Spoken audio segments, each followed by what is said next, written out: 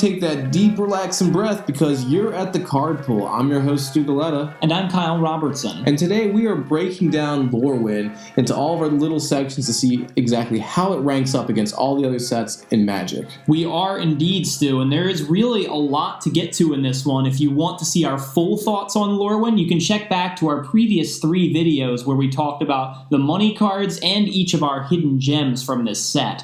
But without further ado, let's get on with this review of ours, and I think we could start by addressing some of the mechanics Lorwyn has to offer, and there's a number of them we have to get to, but first let's go to the biggest, most obvious one, Planeswalkers. So one of the things that kind of flies under the radar about Lorwyn is that it actually was the set that first introduced Planeswalkers to the world of Magic. There were 5 of them. They were each one color, nice little cycle. They were like the chase rares of the entire set. Some of them ended up being better than others. Let's take a look, for example, at our good friend Garruk Wildspeaker here. Hello, Garruk. Yeah, he's a card of his own type. Planeswalker's a new card type. They start with a starting loyalty. They have pluses and minuses ability, which add or subtract to their loyalty, and you get different kinds of effects for them. There's generally a plus, there's generally a minus, and then there's generally a really big minus that gives you a really big effect. They're kind of similar somewhat to enchantments or maybe artifacts too, because they're not really creatures. They just kind of sit there on the battlefield and are vulnerable to a bunch of different things like that, but give you incremental advantage over the course of the game. Oh yeah, and I remember the first time trying to wrap my head around these guys. And again, remember, these have been errated so that they're all legendaries as well. So that means they have totally different play with different mechanics now, which is really good for Captain Sisay decks. That's right. But also, one thing to note too is typically a way how most people evaluate a Planeswalker is at its starting loyalty. Is it something that can survive 3 damage? Or is if you're going to play it, are you most likely going to use the plus to make it so it's outside of that danger zone of 3? Because if you look at it, that's kind of at a lightning bolt version of death. You got to be careful to make sure that you don't just go ahead and play all this mana and then it's instantly killed and taken out from you. But typically, whatever kind of flavor or styles on any Planeswalker in the game, we usually see some sort of big minus, like you said, which is the ultimate, in which you either get an emblem or you get some sort of landslide of effect. Then you also get some form of creating a token. Now, again, not every Planeswalker has that, but that's become the more or less staple view of a Planeswalker. Does it have some way of protecting itself? Now, some cards like Vraska, the Unseen, have the ability to make it so they have protection by the fact that you don't want to attack them because you'll lose a creature, or like Garruk in this case, creating a 3/3 beast is something that they have to now go over to get to him. And lastly, every Planeswalker is something between drawing cards, giving life, affecting lands, and a whole medley of things. So that's the typical, I'd say, makeup of a Planeswalker. Yeah, and honestly, out of all of the 5 that were released in Lorwyn, Garruk is the only one that really sees any kind of serious play. There were other ones, Jace, there was Liliana, there was Chandra, and there was a Johnny, all 4 of which are really pretty mediocre to bad in terms of how we would currently today rate Planeswalkers. Obviously, back in the day when they were first released, they were the bomb diggity. But now, the bomb diggity, yeah, indeed. They're just kind of outclassed by other walkers. I mean, Jace was pretty boring. Draw cards, draw cards, draw cards. Great, whatever. Let's move on. Chandra was pretty bad in that she just did damage to a couple things before she died, whatever. Liliana was interesting because she had a tutor effect that was kind of reusable, but other than that, her other 2 abilities really weren't all that great. And then Ajani is pretty good, the original Ajani, mono white, but very niche in that not a lot of decks care about gaining life. Some decks care about putting counters and vigilance on all their creatures. That effect is pretty good, but you have to have creatures for it to work, and he doesn't generate any. And then his ultimate, making the avatar with your life total, its power and toughness, is a little hard to get to. Very fair. But moving on from Planeswalkers, and again, if you want to look into anywhere in Magic, they're pretty much the face of Magic. Oh, yeah. Another big thing that we did see in Lorwyn was tribal synergies. And I mean, some tribal synergies that broke the game. And a great card for us to actually look at is Nameless Inversion. So first of all, looking at this thing, you see it is a tribal instant. Now again, you don't see a lot of tribal cards in Magic, but this set you saw a lot of them. You saw tribal instants, enchantments, sorceries, the whole 9 yards. They actually discontinued the type because there were way too many things that it broke. I'm sad about it, and a lot of players were, but I guess I can't really argue with it. These things were way too searchable. But to get into the whole idea is it more or less had a creature type on a card, making it so that it was now serviceable for being tutorable in different ways. And this one being the best example, since it is a changeling, it is every creature type. So if you have something like a goblin recruiter, this can get this because this is technically a goblin. Or if you have something like an elvish harbinger, this is an elf. This is another kind of thing that broke Lorwyn and Magic itself because it was something that kind of just confused players who are just getting into the game. The idea of a planeswalker, like, what is this? How do I attack this? This removes... You can attack this instead of you. It was kind of confusing. The same thing with this, having a creature type on it, also made it a little confusing. That's also why we don't really see it too much in Magic anymore. But it was unique and it was very revolutionary. Yeah, and the idea of tutorable removal spells, like anything that says, go look for a Merfolk card from your deck, or go look for a Fairy card, or a Kithkin card, or whatever have you, you can get tribal instants that have that certain creature type, or instants and sorceries, I should say, or really any type, because there were tribal enchantments, there were semi-tribal lands, sort of-ish, but you couldn't really search those. But the point is, you could tutor these kind of answers way too readily and way too easily, and Wizards has learned the hard way that being able to tutor too many things makes the game unfun. So the tribal super type eventually had to go away. Yeah, and again, it is something that you see in Commander here and there for something like a Crypt Swap, or if you're using tribal synergies, they can go ahead and combo off with some other cards to make it so that they can go ahead and get them, such as like Descendant's Path. You reveal this, oh, this happens to be a Sliver. All right, cool. I get the advantage. So works out well in those favors. Yeah, and Door of Destinies, the old type of tribal support cards, work really, really well with these tribal instants and sorceries and enchantments and stuff. But they've since errated those cards so that they all say, like, creature of this certain type. And I'm just sitting here like, why? Why can't you let me have my fun? Well, they saw how powerful it was, and you were having way too much fun. Yeah, clearly. But moving on to another mechanic, Kyle, which one do you want to take a stab at? I'll talk about Clash, actually, because that's sort of interesting, but I'm just not a huge fan of it.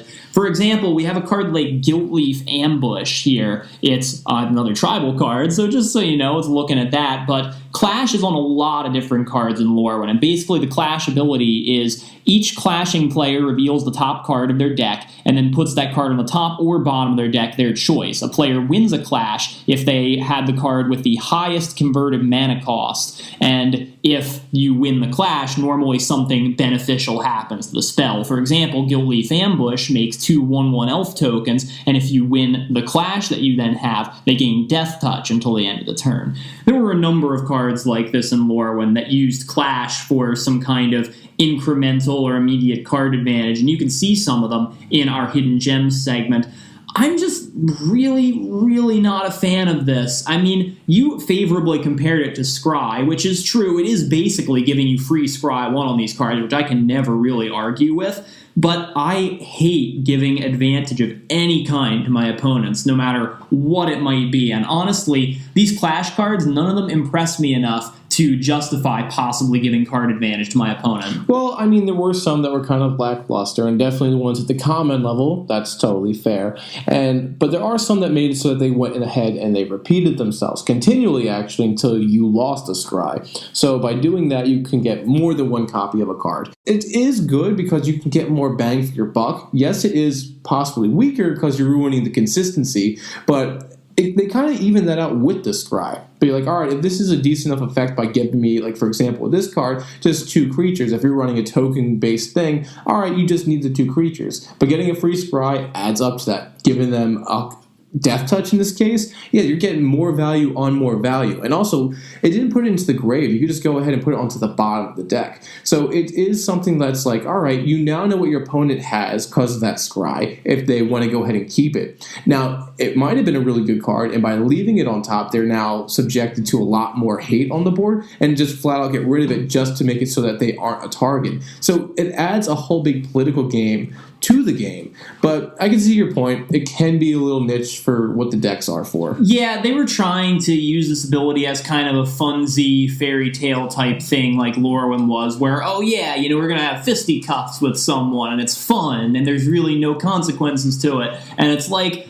I don't know, man. I mean, I'm not sure that this really fits the theme enough even to justify having it. I just don't get it. I really don't get what they were thinking with this one. But anyway, enough of this mechanic, and actually let's move on to another one that begins with C. This one actually is going to be Champion, and we'll look at a card like Mistbind Click for this one. So Flash, Flying, pretty self-explanatory stuff, but this one in this case is Champion, and this one's championing a fairy. So in Lorwyn, it was pretty much saying it had to be a specific creature type. Some weren't necessarily affected by that, but enough about that anyway. So pretty much in short, what happens is when this creature comes into play, you have to champion a creature or you sacrifice it.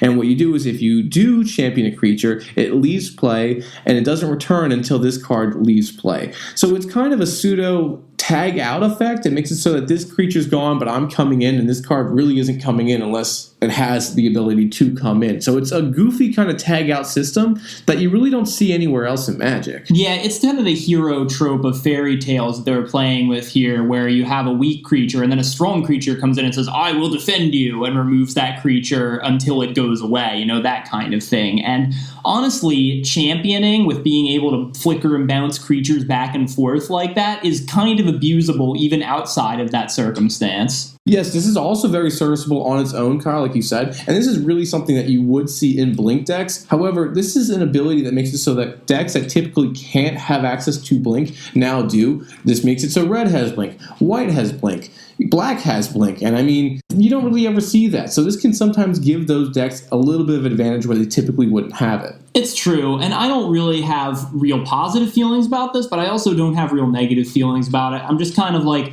it is what it is, and there are certainly some cards that are better than others. Mistbind Click is probably like the best one there is just because of its controlling nature. I also am a huge fan of Wanderwine Prophets because extra turns on a stick is awesome. Yeah, well, not against you at least. If you're using it, sure, I'll give that to you.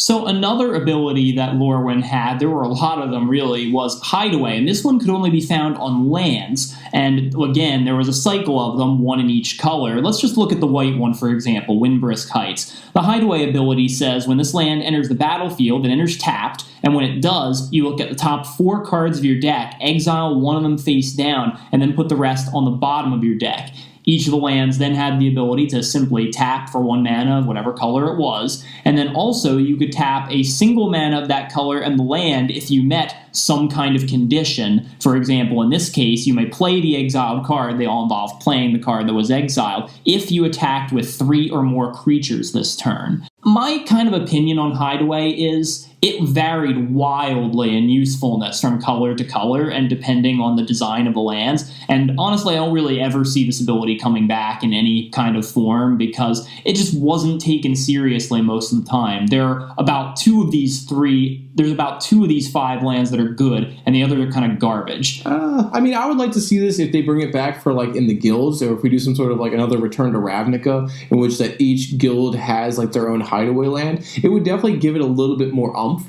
because then they would have a lot more different stipulations on it. Again, it might be asking a lot for Wizards, I don't know, but you could possibly see it come back, actually. Maybe, I guess. They have to tweak it a little bit, and obviously, I don't have to tell you, playing free spells is good. So anything that allows you to play things for free, mostly for like 1 mana in this case, really requires some serious consideration. But these lands, I don't know, not so much. I actually talked about Mosswort Bridge in my Hidden Gems segment, which is the best of the best in terms of the hideaway lands. It is just really, really powerful, fits the theme that Green is trying to accomplish so well, because power 10 or greater, come on, how hard is that to achieve? Windbrisk Heights is semi-okay in my opinion, because you don't often see 3 creatures attacking at the same time unless you're like going for game, maybe, and in my experience in most games, but it can still happen. You could definitely make this card work. The other ones, the red one is fair because 7 or more damage to 1 player in 1 turn is kind of a tall order a lot of the time. And then the blue and black ones where it's like if there are no cards in somebody's hand, or if there are like 20 or more cards in somebody's graveyard, that's the garbage ability in my opinion. Like really, it doesn't fit what the what the colors themselves are trying to go for half the time. Well, true, and again, this was also kind of made before Commander was truly a thing, so they were doing this more or less for a different format. But this can work also just for clearing out the top of the deck. You are taking 4 cards from the top and putting them on the bottom. If it's just some sort of card that doesn't matter anymore, and you know you can't use it, even if you are in black or red, just exile it from the game. You don't have to worry about it later on. If it's a Guildgate, for example, or something that's junk.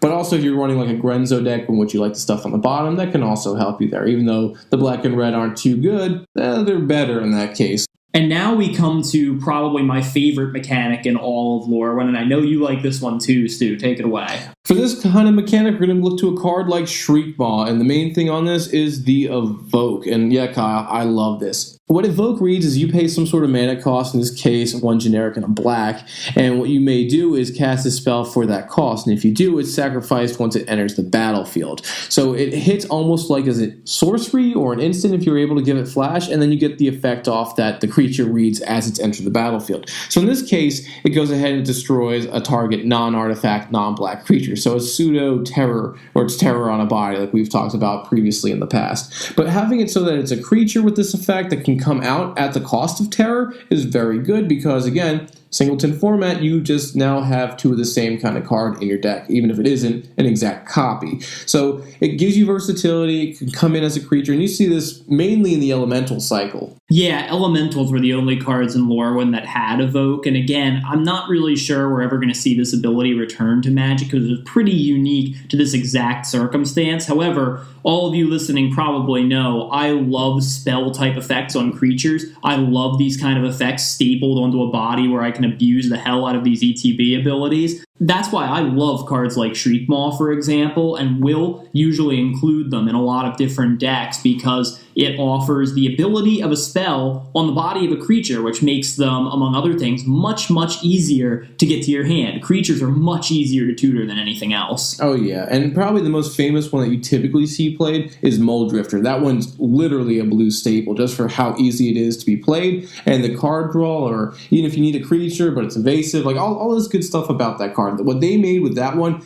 was perfect, and all the other Evoke creatures are decent in their own right. It just doesn't fit the build for every deck. This is a mechanic that they did pretty well on, I'd say. They really, really did. I mean, Muldrifter is absolutely the best, as you said, although Revelark might be a close second. Oh, yeah. That's an infinite combo engine right yes. there. Shriekmaw is definitely up there. I also like Ingot Chewer because for 1 red, you can blow up an artifact, or for 5, you can blow up an artifact and have a 3/3. That's pretty decent. Yeah, they actually, for the Evoke cycle, they pretty much covered all the bases for stuff that can be hit. It's artifacts, lands, enchantments, hit the hand, return something. So they did cover almost everything except for, again, probably Planeswalkers, but they didn't exist at the time, so you can't fault them for that. And the reason I like it was because, 1, it puts the creatures in the grave for you to use again, because I love my graveyard stuff. And then number 2, they also are able to trigger things like Grave Pact or other things that trigger when creatures die, like a Blood Artist or whatnot. It just makes them that much more abusable to use that way. Moving out of the mechanics and into the gems, Kyle, I'm going to have you start this one off for us. Where did the gems lie for you? Well, I liked a lot of cards from this, Stu. I mean, I could go on and on just about the tribal section of this alone, but I only chose really 1 tribal card in my Gems, Marrow Reachery, just because I thought it was the best of the best. But there are so many tribal cards in this that are, you know, you wouldn't necessarily think of them as really power cards, but are just such great role players and are played in a lot of different formats, both casual and competitive, just for the strength of them. You have other things like a hideaway land, for example. I chose Mosswort Bridge that I think should literally be played in every single green deck ever. And, I mean, there are even cards like Shriekmaw, for example, that is good in such a wide array of things. You also have a lot of other specialty cards that I think are very overlooked. Like, I know you hate the Vivid Lands, Stu, but I had to mention them because I think they're just so good. I mean, they are definitely budget options, and maybe if you want to drop more money, you could probably get some better things. But still, just really, really cool. And there's things like the Command Cycle. I know some of them are in the money card segments. Some of them I would consider more hidden gems like Austere Command. But again, such great cards, such great value there. You really can't argue with this stuff. Yeah, totally, Kyle. I mean, you're right about that. And even in my hidden gems, I found some stuff that I'm surprised I have not seen as a staple in other formats. My number one being a card called Ashling's Prerogative. That just does something red wants to do all the time, and it's only a low-costed 2-mana card. And it's something, again, I've never seen until I started diving into this set for myself.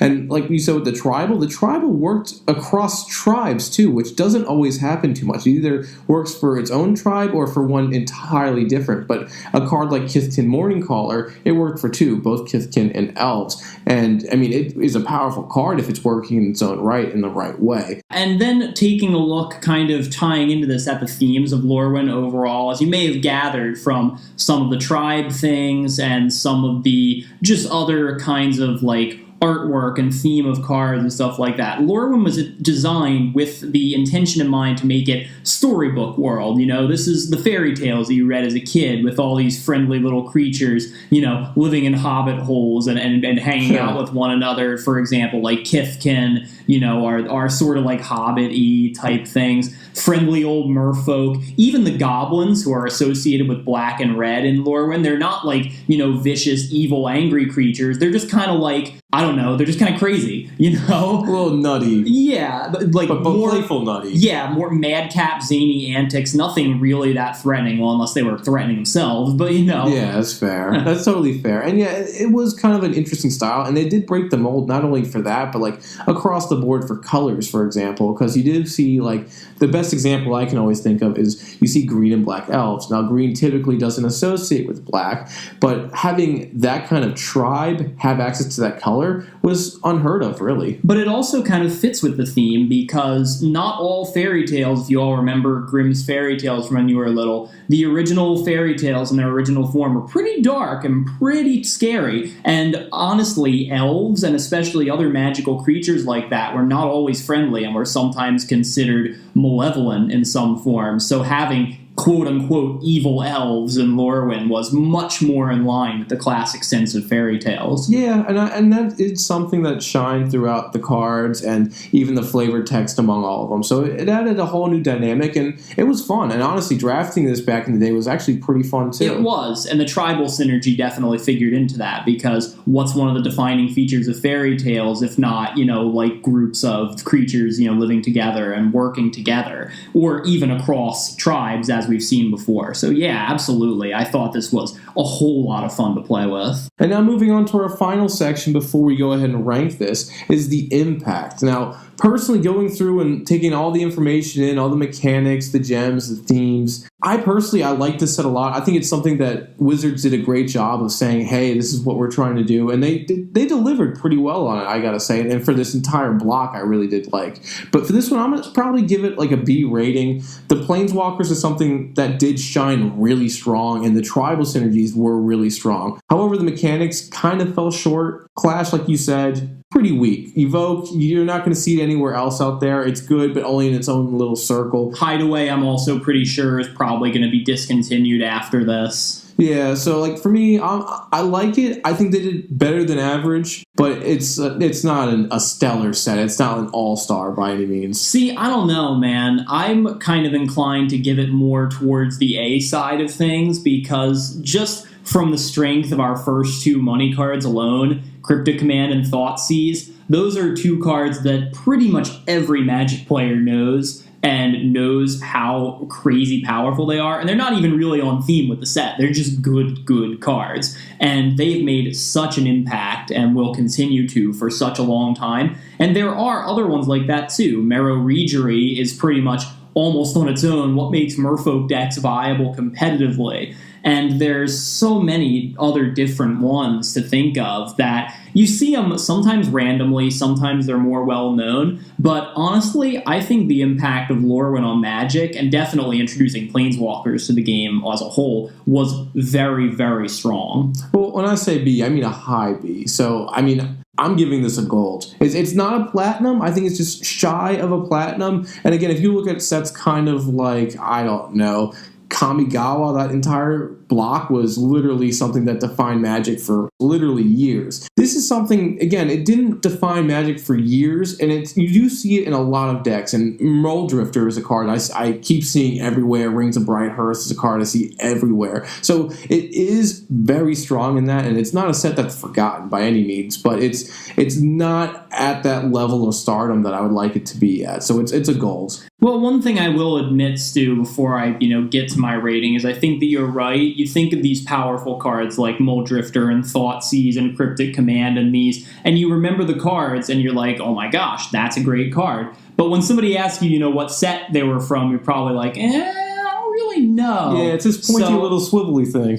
The identification of it is not really that big. Name impact of Lorwyn is really not that high. But honestly, I really wrestled with this question, but I think I'm going to have to go ahead and give Lorwyn a platinum rating. Wow, really? Yeah, just because of really there's two factors. One, Planeswalkers, even if they're mediocre Planeswalkers, this set introduced them to the game and they were a huge hit and will continue to define Magic for pretty much forevermore. And then also just the fact that outside of the themes of the set, even though there were some really good tribal cards, there were some really mediocre ones too, obviously, some hits and misses there. I think that some of the just one-off staples they created, like Thoughtseize and Cryptic Command, I hate to keep going back to them, but it's true. You love going back to them, Kyle. They just sort of define Magic now. I mean, can you imagine playing Modern without facing Thoughtseize or Cryptic Commands? No, you really can't. Can you imagine playing a game of Commander without dealing with Planeswalkers? Even some competitively played Planeswalkers? No, you really can't. I think that while I agree with you, the name recognition of Lorwyn may not be really high, I think just the volume of powerful and widely played cards came out of this set that it deserves a platinum rating. I agree to disagree. I mean, they've been reprinted, again, those cards specifically so many times, people forget that Lorwyn's there. Oh, this is a Modern Masters reprint. Or like, oh, this is from the Vault Special kind of thing. Like, Lorwyn got outclassed by its own good. And, I mean, that's kind of Frankenstein getting killed by his monster a little bit right there. So it did its job a little too good for that, to make it so that it's almost written behind in the history books. Like, Shadowmoor is a set that people actually know more that was in the same block. It's somewhat surprising how low-key Lorwyn ended up being, and for as low-key as it is, how many just generically powerful cards were randomly in the set. So it's kind of confusing to me, and like I said, I very much struggled with what rating I was going to give it, but like I said, in the end, I really got to give it the highest one because it has format-defining cards. Yeah, and the last thing I'll say, it's in your favor for this, is that if you do look at the money cards, the dollar worth on those money cards, our top 10 didn't dip below $9. So right there, 10 cards, that's you have a pretty decent pool of getting some good stuff from there and getting your value from it. Well, that's our pool time for today. If you liked the cards we were talking about and displayed in our card pool, tell us which ones you liked and where you see a home for them in your Magic the Gathering decks. You can either let us know in the comments down below or reach out to us on Reddit at MTG The Card Pool. You can also tweet at us on Twitter at MTG The Card Pool or post it on our Facebook page. But lastly, also don't forget to come out and check out our previous videos about this entire set on its own. We had the money and the hidden gems for you to totally go through and see what you think about this ring. And next week we'll be into a whole new set, so until then, I'm Kyle Robertson. And I'm Stu Galetta. And we'll see you next time at the Card Pool.